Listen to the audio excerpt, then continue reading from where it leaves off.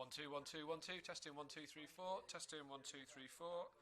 Testing 1 2 3 4. Testing 1 2 3 4.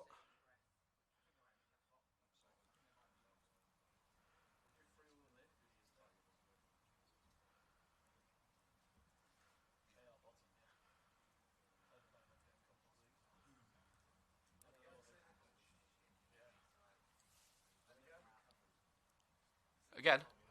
1 2 3 4. Testing 1 2 3 4. Testing. Testing if I'm leaning all the way back here. Testing 1 2 3 4. Yeah, getting some thumbs up. Happy days.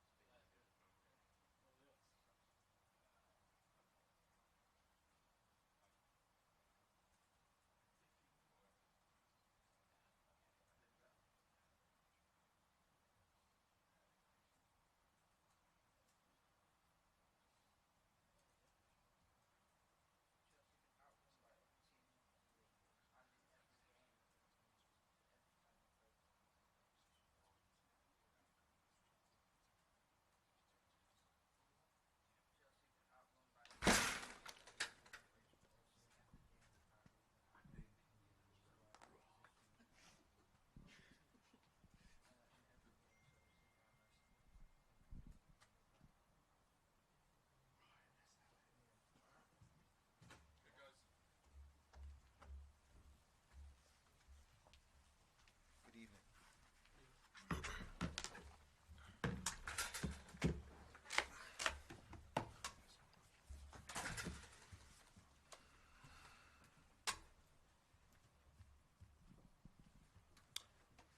Okay, who wants to get us underway? Anybody? Keris? Hi, Liam. Hi. I just wanted to get your initial thoughts on what went wrong for the team tonight to start off with. Yeah, the most disappointing evening so far in terms of the things we've spoken about, not gifting goals away, making sure we're in the game, getting control of the game. It wasn't there, and it turned into a really, really difficult evening where the result and performance was nowhere near what we expected or wanted. When you talk about the performance not being what you wanted, we've spoken in the past about kind of individual moments. What were the kind of other factors maybe beyond that tonight for you? No, for me, we arrived into the final third a lot. The moment they scored the first goal, we had an edgy start in terms of cheap giveaways that we gave away. Then we managed to gain control of the game, and we're in their half, and we're arriving and creating moments which we don't take. We're not clinical enough, and then out of nowhere, it feels like out of nowhere they score. And it's not the first time that that's happened. And what happens in football, if you are in a difficult run of games against big teams, your energy levels and your confidence levels can drop if the other team score first. And that's what happened. Pickford makes a world-class save at 1-0. Then we come out in the second half, have control of the game, and then we make a mistake and they're 2-0 up, and it gives them even more energy. It's about flow and momentum, and we didn't have that in the game today. Nizar? Hi Liam, I was just wondering, it's sort of in the context of Enzo Fernandez's comments, even though you cleared that up, but do you think the players are trying at the best level? Are they working at the best level, or is it just sort of energy levels that are sort of setting them back? No, I don't think anyone can fall. I know when you look at a team that are 3-0 down, you're trying to press and get your way back into the game. And it looks like the distance has become really, really big. For me, I don't think there's a lack of effort. I don't think there's a lack of belief or determination in the team. In fact, I felt like Enzo kept going until the very, very last minute today. So I'm aware when you're on a run of defeats that we're on, and when you're on a run of performances that we've had, those things get levelled at you, but I don't think that's the issue in this moment. And what's the reasons behind maybe you being a bit open in the last few games? Certain moments, the first goal seems quite similar to the Newcastle goal. But when you watch the goal back, it's not a tactical thing. We didn't go man for man today. We played 4-4-2. I thought our shape was actually very good. We controlled their possession. They didn't expect it. They ended up kicking the ball back to us a lot of the time, and we gained control of the game. And then it's a moment. It's a moment of switching off. I want to protect my players always. I always will, and I take responsibility for that lapse in concentration. But that's what it is, and that's happened too many times in my time recently for me not to tell the truth as it is. Dom, in the front here, please. Liam, can I ask you about the half-time substitution and sort of tactically the thinking behind that, because it slightly changed how you set up, and it came at a period of the game where you were only one goal down, and actually I think you'd finished the first half reasonably well. So what was the thinking behind that? Yeah, thinking behind it was we needed I felt like we had so much control without the cutting edge that we had. We had chances. Pickford made an unbelievable save, and we were getting into the final third more and more. We wanted to make a positive change at half-time and get an extra winger on the pitch, and Moyes done that job very, very well against Everton, against Ndiaye, before inverting from right back. You try and make positive changes to influence the game, and I felt even that change up until the second goal. Again, you watch the game back, I've watched it once live, we arrived in their final third time and time again without that clinical moment, and we make a mistake for the second goal. Could I also just check about Jamie Gittins, who I don't think you were asked about on Thursday? Yeah, unfortunately, Jamie came back into training with us and then re-injured. When was this? This was before Newcastle. Okay. Yeah, I haven't been asked on that one. Okay. Mike, down here, please. Hi, Mike. There were some stats on the television coverage saying that you were outrun by Everton. Do you think, and some other clubs have done it as well? Do you think that would be a reason for that? Would be the summer work that Chelsea did? Sorry, the summer work. Not the Club World Cup. And is that part of that workload, or is there something, is there something you can change about that statistic? No, I think through the season, if you look at the stats before me, they were very similar. I think what I don't want to do, I don't want to be seen to make excuses that was not good enough. The last week hasn't been good enough. I think if you're a logical thinking person and you look at the workload and the amount of games that the players have played, I think it's a pretty simple conclusion to come to. Why I think the international break has come at a good time for us is because hopefully those players get a change. Most of them have to fly across the world and play for their countries, but maybe a reset, maybe some time away to regather their thoughts and have a different environment and come back may refresh the group. Got time for 2 more questions. The gentleman in the middle and then Kieran. Hi Liam. You've gone over 300 minutes now without a goal in the last 3 games. You mentioned that you arrived in good opportunities quite a few times but weren't able to take them. Do you feel like there's something that you need to do for your forwards, or is this just the law of averages that eventually it will work itself out? No, I think if you keep arriving and creating the moments that you do, you take them. For me, statistically, if you go through each game, it's not for a lack of shots, it's not for a lack of final third entries, and that's where we need to be more clinical, and that's something we need to work on. Kieran. Hi Liam. Hey Kieran.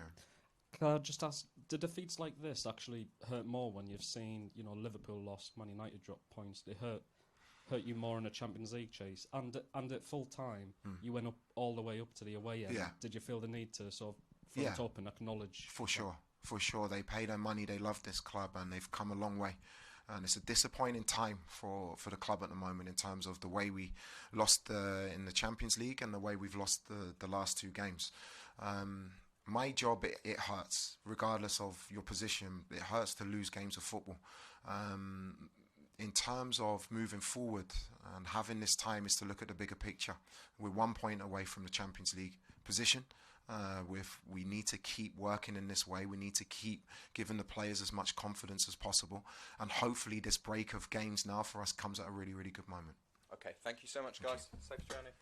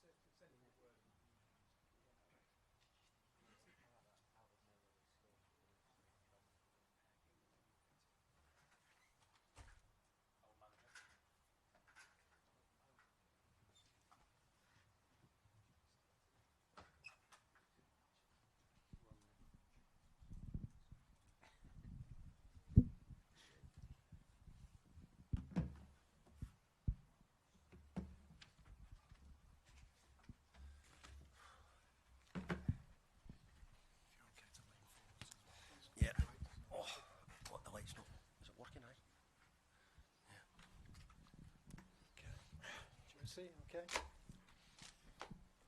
We'll start off with Andy, please.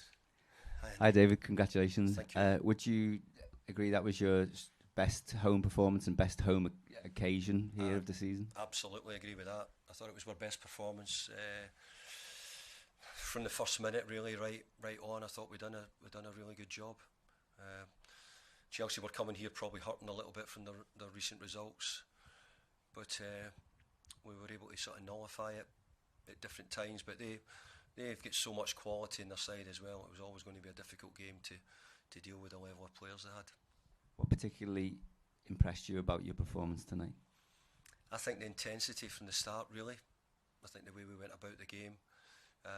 I thought we played really well at times as well. I thought we played some really good football, and generally as well, just I think the way the players sort of conducted themselves, I think they realised the importance of the game, and the importance of, you know, us trying to win a couple of big games in the remaining fixtures before the end of the season. So tonight was a big game. The crowd made it feel like a big game. It was a brilliant atmosphere inside the stadium. It was more like Goodison than we've probably had in any other game.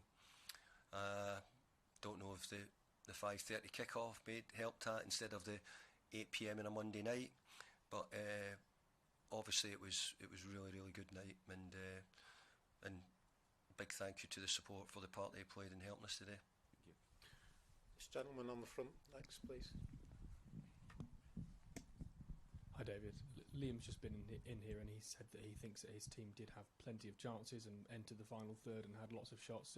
You know, and that it was something of an even game in a sense. Mm-hmm. Do you agree with that? And if so, does that make you more pleased with the manner and the size of the victory that you were able to be so clinical? Well, I think if you were turning around here and saying that we were far better, then there'd be something wrong. The level of quality of players they have, you'd be expecting that.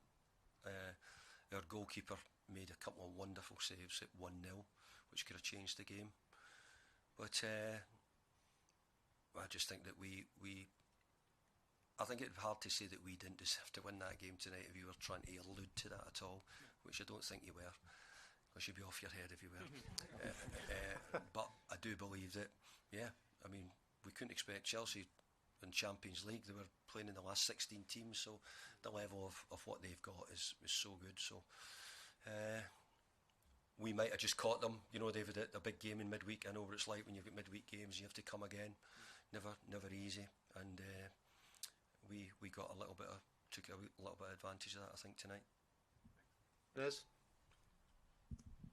Hi David. Hi. Obviously Jordan and Jimmy are in the England squad, but Kiernan maybe could count himself a little bit unlucky. What do you think those performances say about that sort of decision?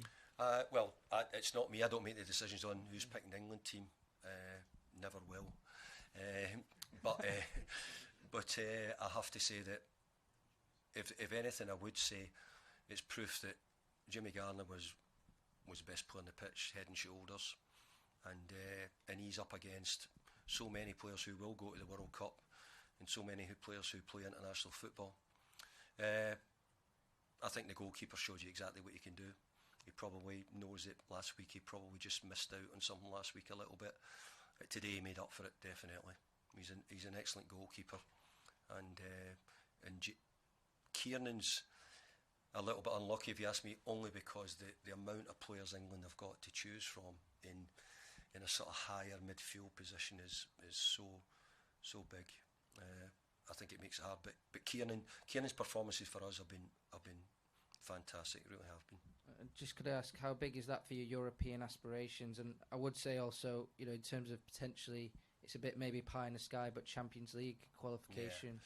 Yeah, the last bit probably is, I'd love to say it wasn't, because I'm trying to be more positive than I would normally be. And but I have to say that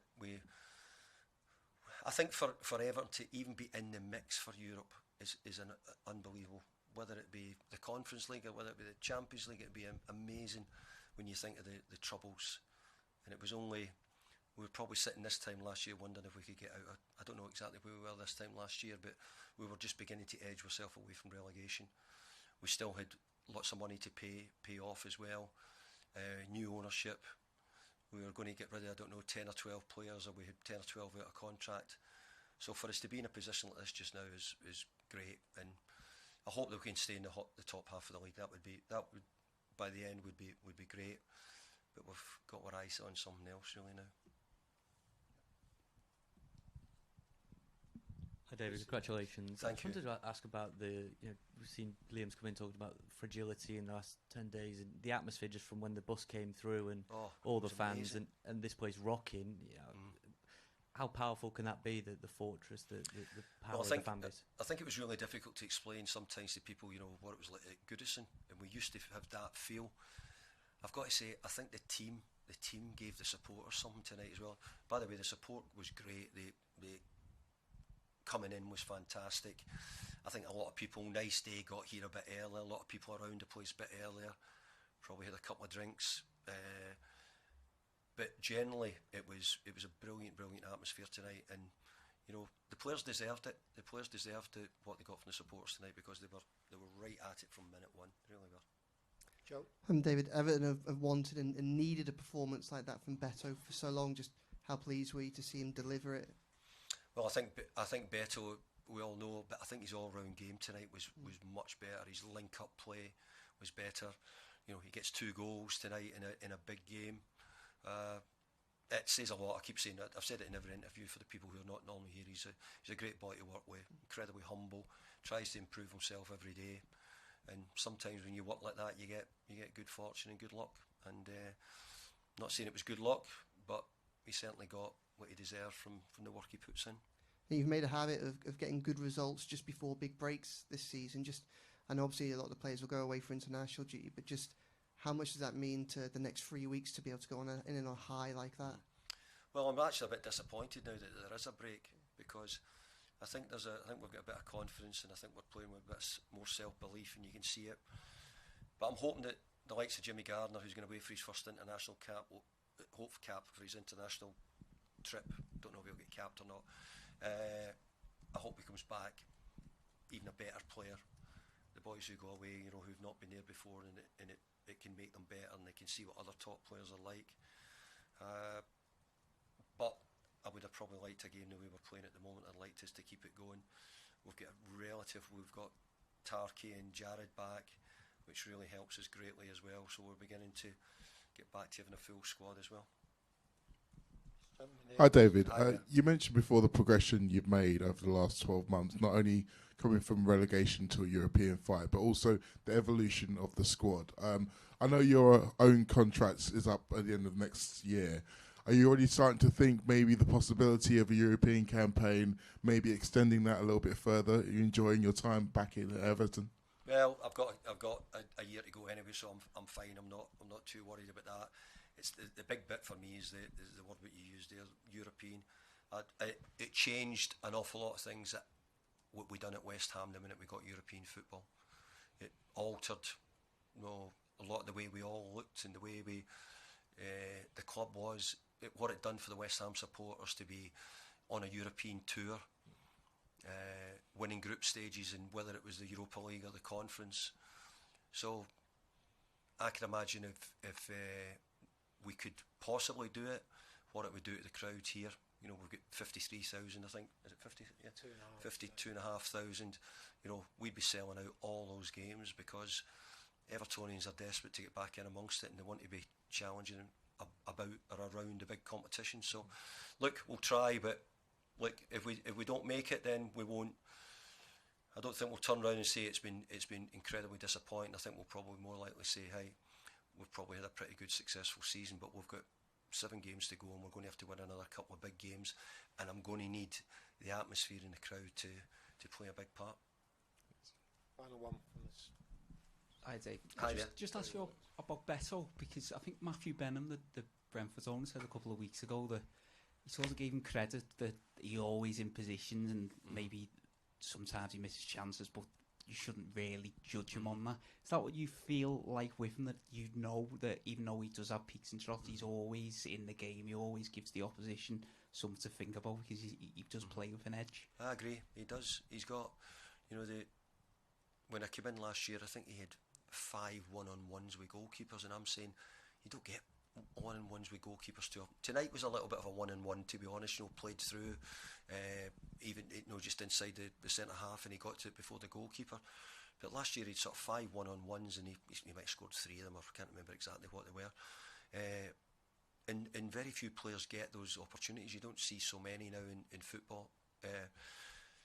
But he sort of dried up maybe the way we played, but I have to say his work, his link-up plays improved great, and I have to say so's Tierno Barry's. Both of them have made big improvements on it. Maybe the way we're playing is helping them in some ways, but what we needed them to do is score the goals, and Beto got them. And he trains every day to try and score, and some days you walk off going shaking your head and saying, oh my goodness, but there's other days you come away and think this boy's all heart, effort, trying to make it work, and he's getting his rewards for it. Last one, please. Hi, David. You Hi mentioned James Garner being the best player on the pitch. I was wondering if you could elaborate on why, and maybe he was at right back last week and you moved him to midfield and that pass for the first goal. I thought his pass for the first goal was exquisite. I think that the levels of the players he's playing against tonight was always going to be a judge to see how he could perform. I think he's taken that on greatly. He's saying he's nearly taken it as a challenge, and I thought tonight the way he played, his endeavour to recover the ball back, his speed to recover the ball back, is another side of his game which we need, because we don't always have the ball as much as maybe the likes of a Chelsea. And that level of performance isn't just tonight. That level of performance has been there, and that's why he's been called up. And he's had to play well, because the last international game was, I don't know, was it January, or when was the last international game? Before Christmas. Before Christmas. So he was on the radar, didn't quite make it. So he's had to keep his form up from sort of before Christmas, or whenever that, in November it might have been, to March. And I think he has. I think he's probably been at a level which he had to keep doing it all the time, up against Fernandes tonight, or Elliot Anderson at Notts Forest, or Declan Rice at Arsenal. So if you think of the levels of the players he's having to play up against and compete, he's doing a brilliant job. Thanks, everybody. Cheers, thank you.